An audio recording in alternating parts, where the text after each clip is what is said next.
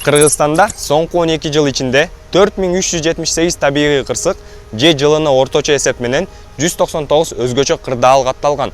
Алардын дээрлик 3/1 сел жана суу ташкындарына байланыштуу. 10 майда катуу жааган жаандын кесепетинен Баткен облусунун Разаков шаары Сумбула, Ак суу айыл өкмөтүндө сел жүрдү. Ошол эле күнү Балыкчы, Казарман, Жалал-Абад альтернативдүү автоунаа жолунун 364-чакырымында жер көчкү жүрүп, жолду жаап калган. Бул 2024 жылы катталган табигый кырсыктардын бир гана бөлүгү. Буга чейин дагы өлкөнүн бир катар аймактарында катуу жааган жаандын кесепетинен улам сел суулары жүргөн. Акыркы жылдары табигый кырсыктар эмне үчүн көп катталып жатат? Ага климаттын өзгөрүшү кандай кедергисин тийгизип жатат? Мен атым Айбеков Атай, сиз Чекит медианы көрүп жатасыз, бизден алыстабаңыз. Өзгөчө кырдаалдар министри Бообек Ажекеев Жогорку кеңештин 15 майдагы жыйынында быйыл июнь айынын ортосуна чейин сел жүрүш ыктымал экенин билдирди. Эртең бир суунтандан баштап дагы күн жаап, бүркөлөнөт, дагы бир жумадай күн жаайт.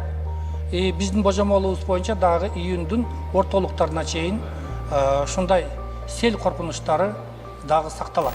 2022 жылы Аксы районунда катуу жааган жаандын кесепетинен улам сел жүрүп, 6 адам каза тапкан. Табигый кырсыктан каза тапкандар бир үй бүлөнүн мүчөлөрү болгон. 2024 жылдын башынан тарта өлкө боюнча сел жана суу ташкындарына байланыштуу 126 окуя катталган. Анын ичинен 6сына өзгөчө кырдаал жарыяланган. Кырсык 153 миллион сом зыян алып келген. Кыргызстанда селдин кесепети олуттуу чыгымдарды, жоготууларды гана алып келбестен, эгин аянттарына, азык-түлүк коопсуздугуна кедергисин тийгизет. Калкты жана аймактарды сел жана суу ташкындарынан коргоо максатында Кыргыз Республикасынын өзгөчө кырдаалдар министрлиги тарабынан 2024 жылдын коргоо иш-чаралары планы боюнча 218 объект киргизилген. Бул иш-чарага жалпы жонунан 228 миллион сом акча каражаты каралган.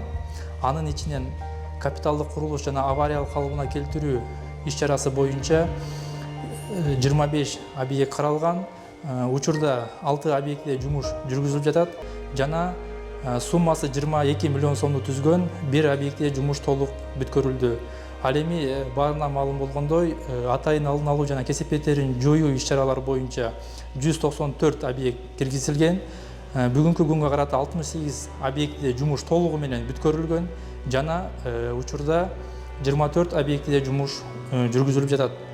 Жыштыгы, таралышы ошондой эле келтирилген зыяндын көлөмү боюнча алар башка табигый процесстердин ичинен биринчи орунда турат. Өзгөчө кырдаалдар министрлигинин 2023 жылкы маалыматы боюнча акыркы 10 жылдын ичинде эле сел жана суу ташкындарынан тикелей материалдык зыян 15 миллиард сомдон ашкан. Азыркы учурда жаз мезгилинде жаан-чачындын көбөйүшүнүн кесепетинен өзүңөр көргөндөй селдер жүрүп жатат. Кыргызстан боюнча 3000ден ашуун сел коптулугу бар участкалар катталган. Анын ичинен 1273 участок калктуу конуштарга коркунуч келтирет. Мындай табигый кырсыктар бир гана Кыргызстанда гана эмес, Ооганстанда, Кытайда, Орусияда жүрүп, жүздөгөн адамдар каза болгон. Табигый өзгөчө кырдаалдардын булактарына эндогендик, жер кыртышын тектоникалык кыймылы, сейсмикалык активдүүлүк жана экзогендик геологиялык жер көчкү, сел, кар көчкү жана башкалар кирет.